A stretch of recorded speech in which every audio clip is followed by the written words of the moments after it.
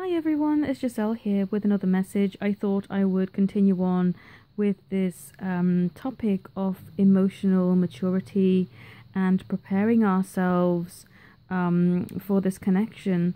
And this time I want to address breaking the mold and cutting away labels, because I don't feel that labels are very helpful to this journey.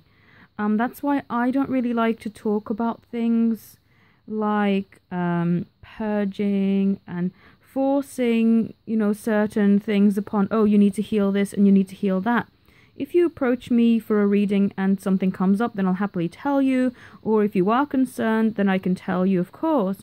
But that's not my main thing that I like to focus on, because I don't want us to be stuck in this belief that we are constantly lacking, oh, you need to heal this, you need to heal that, meaning that you can't be expecting the unexpected because you're always working towards, oh, I need to do this first, and then I need to do that first, and I can't even begin to come into a period of acceptance until all of this tick list, and it's like never ending and ever growing and very confusing. And that's why I don't like to stick labels onto things. Or I know it's hard to talk about stuff, especially through the twin flame community, without labeling things. Like I have to label my video twin flame and then put in DM or DF or whatever.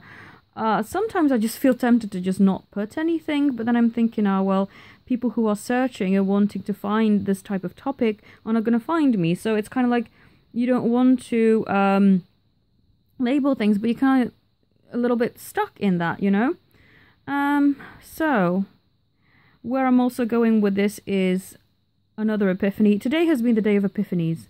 It's been great. I've been loving it. Basically, I've read back my past conversations with my beloved, and this has taught me to look at it from a different perspective. And whereas I used to conclude from that perhaps they weren't the best communicator and that they couldn't fully express themselves properly, my guidance and my intuition has actually been telling me to reevaluate that. They're saying, how can you expect him to come back in the way that you would like to be approached, communicating with you openly and lovingly, if you are constantly putting this label on him that he's not a good communicator? Same as with yourself. You can't expect to be loved the way that you deserve to be loved if you're constantly going to think, oh, something about me, I don't know, I'm too hippie, or my bum's too big, or my hair's not nice, whatever. Whatever comes to mind. You need to throw that away.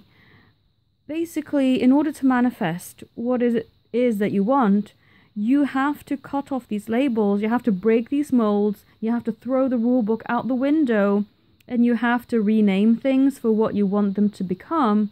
So rather than me saying, oh, my beloved is not very good at communicating and expressing themselves emotionally, I have to forget about that. I have to forgive, and I have to ask to be forgiven for labeling them with that. And through doing that, you release. You release and cut off that energy so that you can start anew. And I've been starting anew with a lot of respect, things to do with my journey. I've basically started to create more of what I wanted to see. Whereas I would have photos on my phone of them solo, what I've done is I've taken those out. And I've actually started to draw portraits of us together and putting them in my phone instead and looking at that. And it's made me feel, I've just realized my perspective has shifted so much. And I think this would be a great thing for you all to try. I don't want to just do things, and see that they're working and just keep it all to myself. I'm here to guide everyone and advise the things that are working for me so that we can share in this success. Keeping to yourself is not good. Sharing is caring, and I want everyone to succeed and everyone to have these outcomes, because my vibration this week has transformed. I don't focus on the negative, because whenever I feel shaky or anything, I start to look at the pictures that I've created of us together, and it makes me smile. And I know that in another dimension or another parallel universe, whatever you want to call it, another dimension, another level, we are already in that. We already have pictures of us together in those scenarios that I like to dream up. Because basically you're not creating new things. You are merely picking things from another existence and placing it in our reality now. So everything that you've always wanted has already been born, has already been made. You're simply bringing that into your reality, and through using tangible things like writing, drawing, I like to create music, everything that you do to bring it into a physical aspect will help you. So, whoops. I've gotten rid of my picture. So if you use these things, because they're all tools, they're all tools to help your mind settle into a thought. Well, not just your mind, it's to help your heart basically attune to a frequency. Because when I look at a picture that I've drawn of us together, it makes my heart sing. It opens up my vibration to such a high frequency that it's easier to see that light at the end of the tunnel.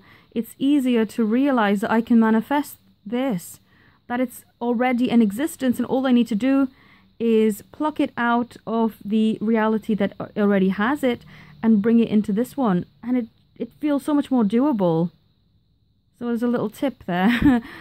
Try it out and see how you like it. But yeah, through creating things, writing out your story, basically rewrite your story and throw away all of the things that you once believed that just no longer serve. So saying stuff like, oh, they're not very good at expressing themselves emotionally, or they're not very good at communicating with me, or they're not very considerate, or whatever issues that you may have had in the past, get rid of that. Because you don't want to take that into your reunion. You don't want that to continue on. You want to be able to start a new slate, rewrite your story, wipe everything else out, uncreate your preconceived notions of what you thought once was, so that you can manifest anew. And yeah, I feel that this goes hand in hand with throwing the rule book out the window. How can you expect your beloved to come back and communicate with you openly and honestly if you're going to label them as someone who can't do it, It's no good. Same with yourself. Whatever you don't like about yourself, don't ever say anything negative, Some people jokingly say stuff like, oh, I'm really bad at doing this, or this is always going wrong. Don't stop saying that. You must reprogram, because words have power. I know that some people come to me and I feel for them, people who are really, really desperate or depressed. I try to help them as much as I can. I say, look, people may have labeled you as a manic depressive or whatever in the past, but in order for you to go forward and to move beyond that and have the life that you do want, you must unbelieve what someone else has labeled you as. Those may have been your circumstances in the past, but you don't have to be that anymore. You can choose to come out of that. And people say, oh, that's easier for you said than done. If I told you my life story, you'd probably be quite shocked and wouldn't believe half of the things that I tell you. But anything is possible. And if I can do it, you can do it. So believe in yourself and rewrite your story. Uncreate all of the beliefs that are holding you back and that are holding you and your beloved back from coming together through whatever you've labeled them as in the past, saying stuff like, oh, they want nothing to do with me. Well, what do you expect? You put that vibration out there, they're not going to feel welcome. They're not going to feel drawn and loved. And also the thing with manifesting is that you can't be expecting to wave a magic wand and have it appear overnight, because it takes a while for it to be adjusted, not just within your vibration, but for everything to align to get that to you. So you have to be patient, and you have to allow it to gestate and to come into the physical existence, because it already exists. You just have to be patient and be loving, be nurturing, you know, just like you would nurture your baby if you're pregnant. You're not going to cut off its food supply just because it's not ready to be born yet. You know, you're not going to starve your plant from oxygen just because it's not growing at the pace that you would like. So you must give this journey the love and patience and freedom that it needs to grow. And it will grow. And I find that creating things on the physical is really so helpful. I mean, those drawings have helped me immensely. They just make me smile. I'm a very visual person because I do also possess clairvoyance as one of my gifts. And through really being able to visualize something that's on paper, that's undeniably already here, it's so much easier. So, I hope that this has helped you. And if you would like a reading from me, all my links are in the description. Thank you all very much for your lovely, kind, supportive words. I so appreciate everybody who's been, just appreciating my work. And I'm just really blessed to be able to do this. This is really a dream, you know, to be able to do this as a job and not, have to rely on a corporate 9 to 5, even though I still do that part-time. It's not as stressful as it once was, and I do see that I can create the life that I want, and I want to be able to help that, to help you do that too. So thank you so very much, everyone who's watching my videos. I really appreciate it.